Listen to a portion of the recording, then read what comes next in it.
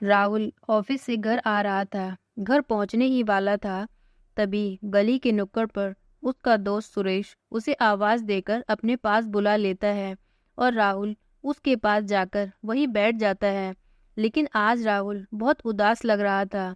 सुरेश उससे पूछता है, अरे क्या हुआ यार, तेरा मुंह कैसे लटका हुआ है? रोज तो तू बहुत हंसी खुशी से आता है। राहुल काफी देर तक चुप बैठा रहता है और बोलता है, कुछ नहीं, बस ऐसे ही। लेकिन सुरेश के जोर देने पर आखिरकार वह बताता है, यार क्या बताऊं, आज का दिन बहुत बेकार था। सुरेश बोलता है, अब कुछ बता भी, आखिर क्या हुआ है? राहुल कहता है, यार आज मैं कैब से आ रहा था और उस कैब की एक ट्रैक्टर वाले से टक्कर हो गई। सुरेश बोला, अरे ये तो बहुत गलत हुआ। क्या हुआ, सब ठीक है ना? तेरी कैब ड्राइवर, तुझे कुछ हुआ तो नहीं? राहुल बोला, नहीं नहीं, चिंता की कोई बात नहीं, ड्राइवर भी सही था और मैं भी बिल्कुल ठीक हूँ। सुरेश बोला, तो फिर क्या बात है? फिर किस बात पर तूने मुंह बना रखा है? राहुल बोलता है, मैं तो ठीक हूँ, लेकिन मुझे इस बात का दुख है, जिस ट्रैक्टर वाले की टक्कर हुई थी उसके साथ सही नहीं हुआ। टक्कर होने पर ट्रैक्टर वाला अपना बैलेंस नहीं बना पाया और उसका ट्रैक्टर एक साइड में जा गिरा। वह ट्रैक्टर से नीचे गिर गया और बुरी तरह से जख्मी हो गया।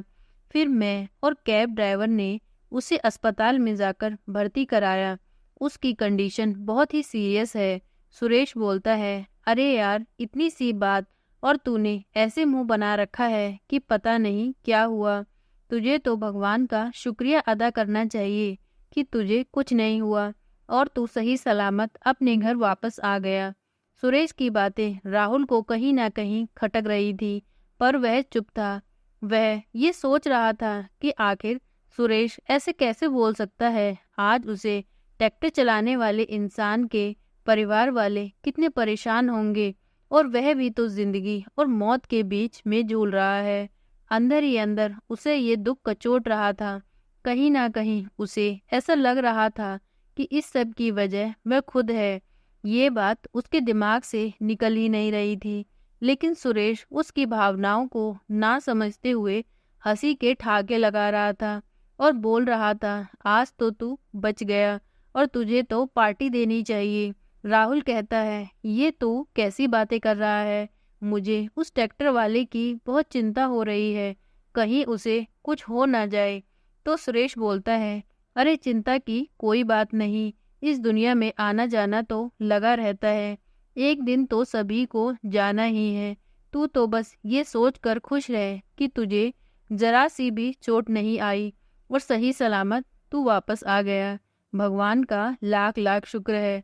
राहुल का मन ऐसा कर रहा था कि वह सुरेश के मुंह पर हाथ रखकर उसका मुंह बंद कर दे, क्योंकि सुरेश की कही हुई बातें उससे सुनी नहीं जा रही थी और उसके दिमाग में बस ट्रैक्टर वाले की बातें ही चल रही थी। फिर कुछ देर बाद सुरेश राहुल से पूछता है, अच्छा तुम मुझे ये बता कि वह ट्रैक्टर वाला इंसान हिंदू था या मुसलमान था?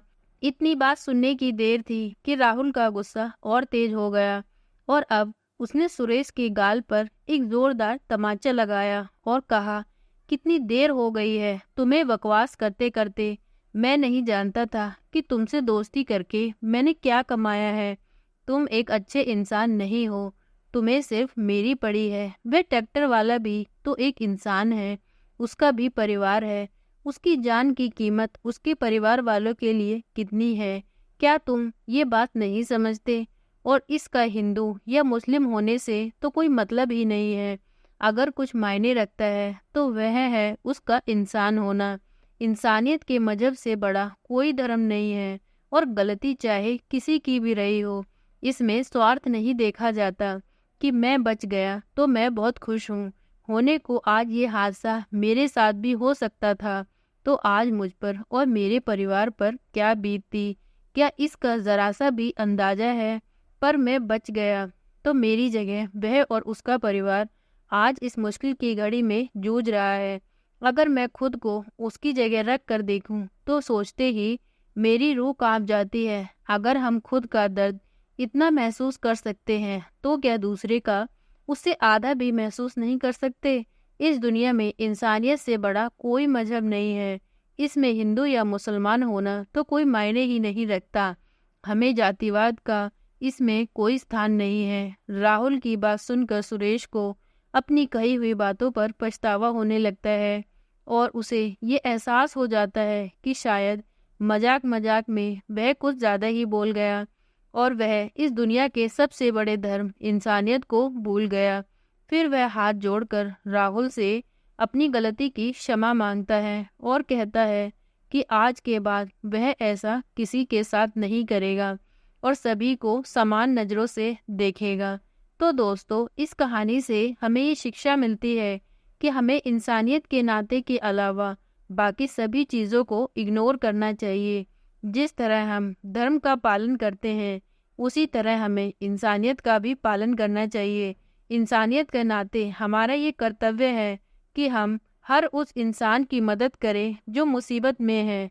दूसरों का कभी भी बुरा न सोचें और ना ही किसी का बुरा करें।